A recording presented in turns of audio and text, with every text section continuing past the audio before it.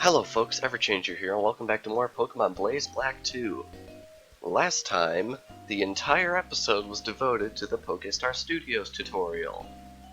Geez, did they really playtest that? Because that took a long time.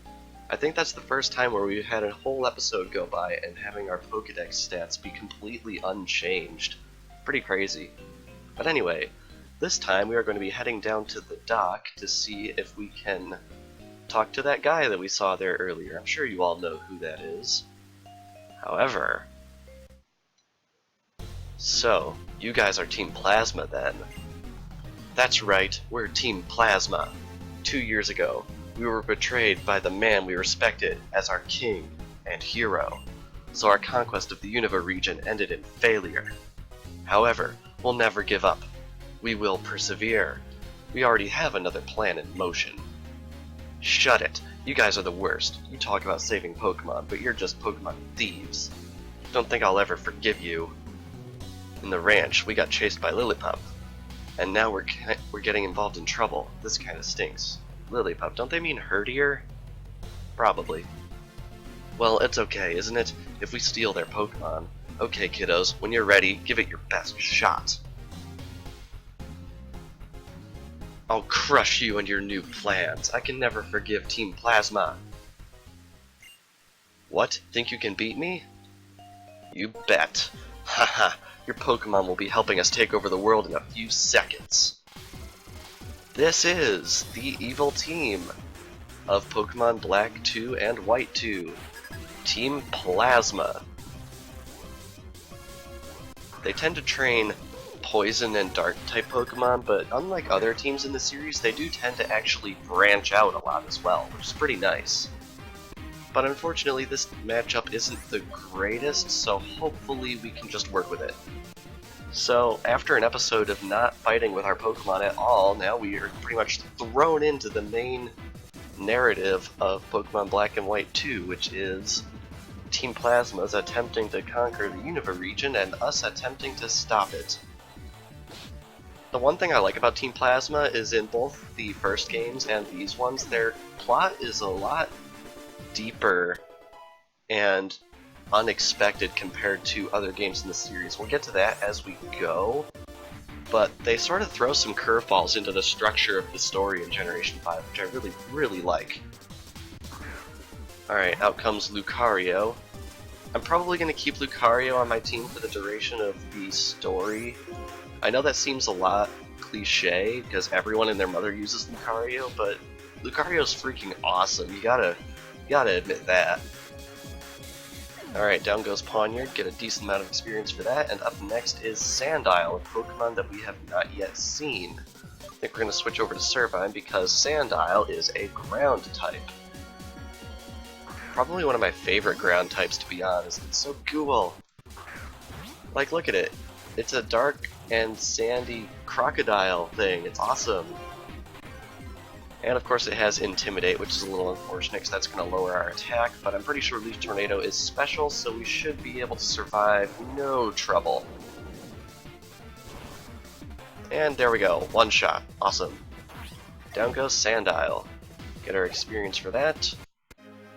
And we defeated the first Team Plasma Grunt.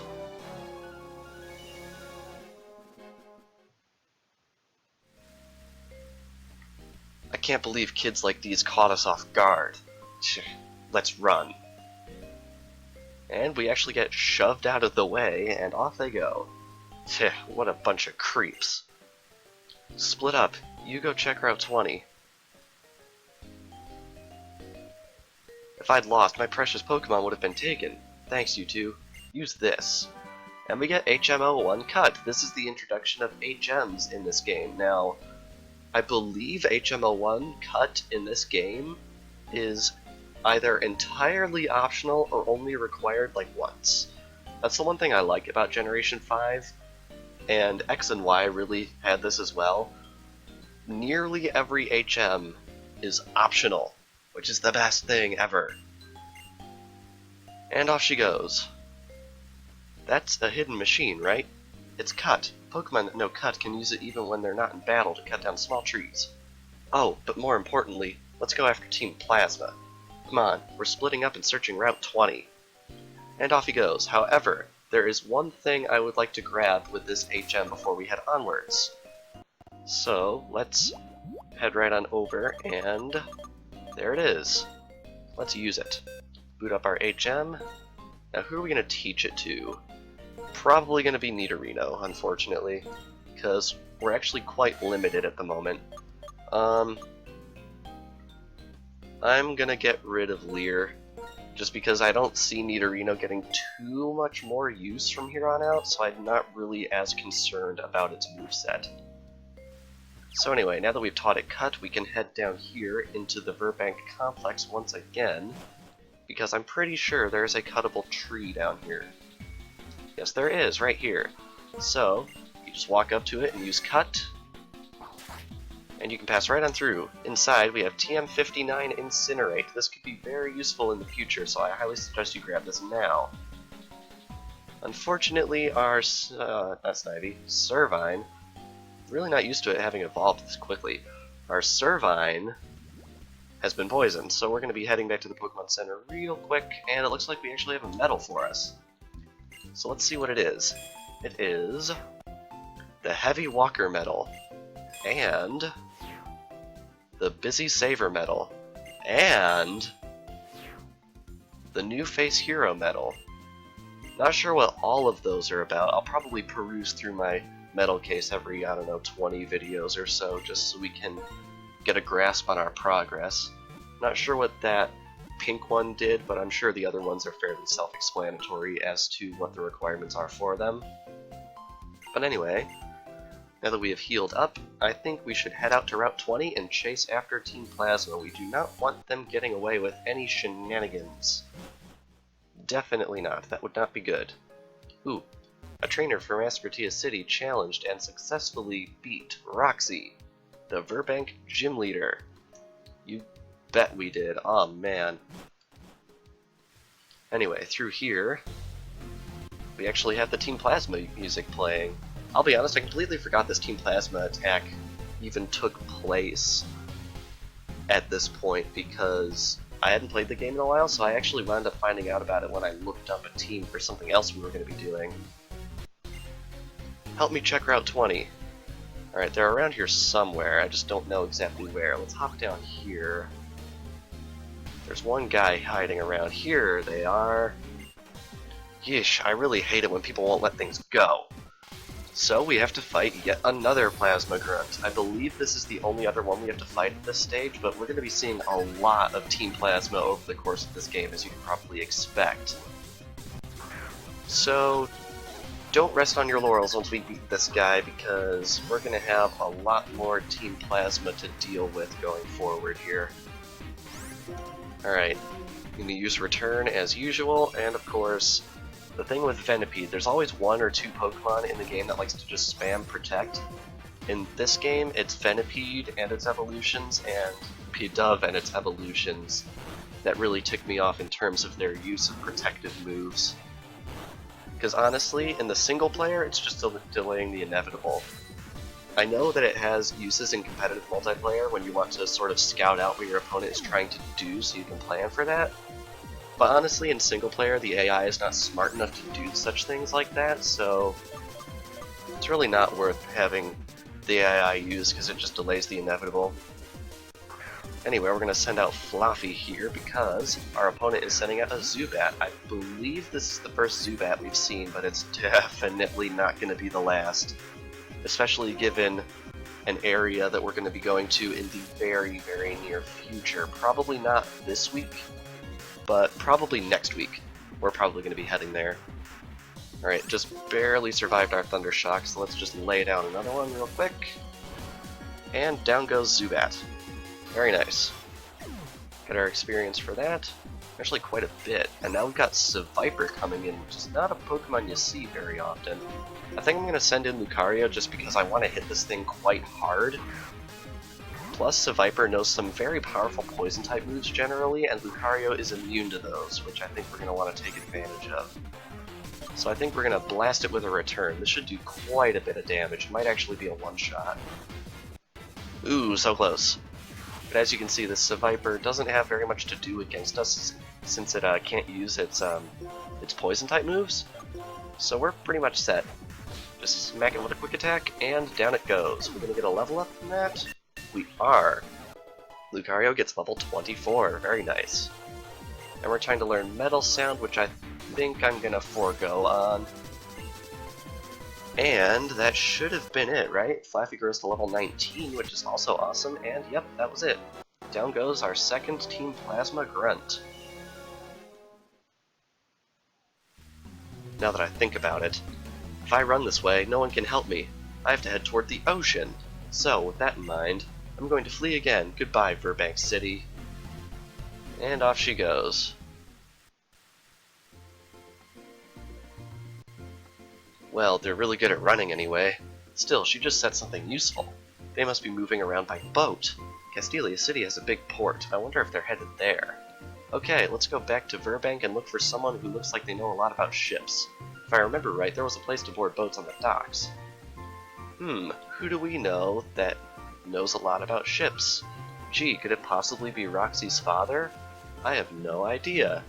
Anyway, now that we have done that, taken care of this little Team Plasma invasion, we're going to be heading back to Virbank City and healing off what little bit of damage we took in that fight, because there's another fight that I want to do in this video before we head off across the ocean to lands unknown. Because obviously we're going to be chasing Team Plasma, we can't just let them get away with whatever they got away with in Hugh's past. Which I believe we don't actually know about yet, so it should be interesting to get the revelation on that when it comes up. But anyway, now that we've got all healed, let's head right on down to the docks. Because there's something very, very interesting for us. Let's come right on over here. Oh yeah, there's someone jamming out on their guitar. I like this. Roxy's band. It's getting hard to buy tickets to their shows lately. Maybe they'll go on a world tour soon. I love the animated overworld sprites in this game. Really nice touch. I thought your movie was pretty good. So you saw it. That movie was... No, it wasn't the movie. It was me. I was so excited that I didn't really become Riolu Man. Acting like that won't thrill or excite anyone. Come on, don't get down. You can keep trying while you continue on as captain. As long as you don't cause anyone trouble, I won't get mad. I don't know how the Pokestar Studios people feel about that, though. Oh, did you hear us? Well, it looks like everyone from Team Plasma got away. I don't really feel good about it, but at least they're gone. Oh, there was a lot of ruckus, but you can sail to Castelia City now. Awesome. Okay, I guess I'll do my best as a captain. I'll excite and thrill everyone by barreling through rough waves. But we're not going to be heading off to Castelia City quite yet, because we have this guy. Brawly. The waves here aren't great, but a Pokemon battle will be a good way to wash the time away. What do you say? I say let's do it. Yeah, let me see what you're made of. This is the second gym leader of the Hoenn region, hailing from Dewford town. This is Brawly. He's opening up with a Machop. Now, I believe his team is actually not as powerful as Roxy's, from what I was looking at, but I decided to save him until after the gym anyway, since that's sort of how it happened with Roxanne after the first gym, so I think that's what we're going to be doing from here on out. We'll be doing the Resident Unova Gym Leader, and then we'll be doing the Resident Hoenn Gym Leader, because as you can probably tell, there's a Hoenn Gym Leader in every town with a Unova Gym Leader, so they basically give you double Gym Leader action, which is awesome. I'm going to try out Leaf Tornado and hopefully get through this confusion, which we do, and we get the hit. Awesome. And that brings down Machop. Very nice. I have a feeling this fight won't take too terribly long, mainly because we are pretty strong, and I feel like Brawly's team isn't as powerful as Roxy's. So I felt like we could double this up with the Plasma events, and we'd still come in at a relatively comfortable episode length.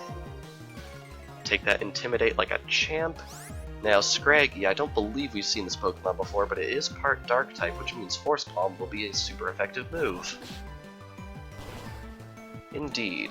So I think one more of those should bring down Scraggy quite quickly. Now, one thing I don't get about Scraggy. They gave Ash one of these in the anime and then did absolutely nothing with it. It remained a Scraggy the entire series and was never really that strong. It just really disappointed me, although, as I think I've already explained, a lot of things about the Black and White series of the TV show disappointed me, so yeah, we'll just let that land how it will. Alright, we got a Meditite coming out, which is a little bit of an awkward point because it is part Psychic, which Lucario is weak to, but it is also part Fighting. So I think we're going to send in Houndour because it does have a Dark-type move, although I'm not sure if Fighting actually nullifies the weakness that Psychic has to Dark. And also, since Houndour is a Dark-type, it will actually take super effective moves from Fighting-type. I mean, it will take super effective damage from Fighting-type moves. There we go. Luckily, we got the flinch off on Bite there, which is good. If we could get a critical, that would be awesome. Which we don't, which is unfortunate. Drain Punch is going to hit me for a lot of damage. In fact, it did a one-shot on me. Ooh, and it healed back a lot on that Meditite. Yikes. What do we got on Nidorino? I don't exactly remember. We don't have the best moveset on it, but I think we're going to send it in just because Peck is super effective on Fighting, as it is a Flying-type move, but unfortunately, Nidorino has a weakness to this Meditite's Psychic attacks, if it has any. I don't actually know if it does. It is actually holding the berry that nullifies Flying-type weaknesses for a turn, so that was definitely smart, and it does know a Psychic-type attack, which hurts quite a bit. So I think what we want to do is we're going to send in Servine just because I'm pretty confident in its abilities to take a hit right here. And I think I'm going to use Return just so we don't get screwed over by Leaf Tornado's accuracy, which isn't at maximum, and it looks like it paid off. Because down goes Meditite, and Servine's almost to level 23. I think we're going to keep in Servine just to see if it can bring down Brawly's signature Pokemon, which is this Makuhita right here. I'm going to try Leaf Tornado and hope it hits, which it actually does. That should do quite a bit of damage with the stab. Yeah, there we go. Unfortunately, it looks like he had Berry Juice. And ooh, Revenge. Revenge actually is quite a painful move to take in the chin. But we took it pretty well, so I think we're going to move to Return just because I don't want to press my luck with Leaf Tornado in such a volatile situation. And it looks like it actually does about the same amount of damage anyway. Unfortunately, we take an Ice Punch, which I didn't know it had, but I should have expected it. So Servine's not getting it a level up today, so I think we're going to switch over to Lucario and finish this, because I'm pretty sure Lucario is strong enough and fast enough to finish this right about now. Alright, Return. And that brings down Makuhita, and that is the end for Brawly. Flaffy gets level 20, and is trying to learn Takedown. That is actually a decent move. Unfortunately, its accuracy is a little low, and it deals recoil damage. Plus, I think Return is actually more powerful at this stage. So, even if Return isn't more powerful at this stage, I'm pretty sure Return can get more powerful, so I think we're gonna skip on Takedown. Because I think Return fills that sort of slot, and it's either better now or it will be better. Plus, it's more accurate. Give up on Takedown, and we defeated Pokemon Trainer Brawly. Very nice. Woo, I've been swamped. I bet I'll be seeing you in the Pokemon World Tournament. Perhaps we will. Perhaps we will. I'm going to head back to the Pokemon Center and heal because we took quite a bit of damage in that fight. I wonder, do we get a medal? No, we do not. That's a little bit unfortunate. I kind of wanted to get a medal. But anyway, we're going to rest up our Pokemon, and then I think we're going to head down to the docks and end off this episode, because quite a bit actually got done in this video. Pretty interesting. Haven't caught very many new Pokemon recently, but I kind of want to gain access to more areas just so we have variety, because we've been in this little nook of Unova for the past 17 episodes, so I think we're kind of in need of a bit of a change of pace. But anyway, now that we have successfully chased Team Plasma out of town and defeated the second Hoenn Gym Leader, Brawly, I think we are going to end things off here. Next time on Pokemon Blaze Black 2, we're going to be getting Pop Roxy's help to sail across the sea to Castelia City. I will see you guys next time.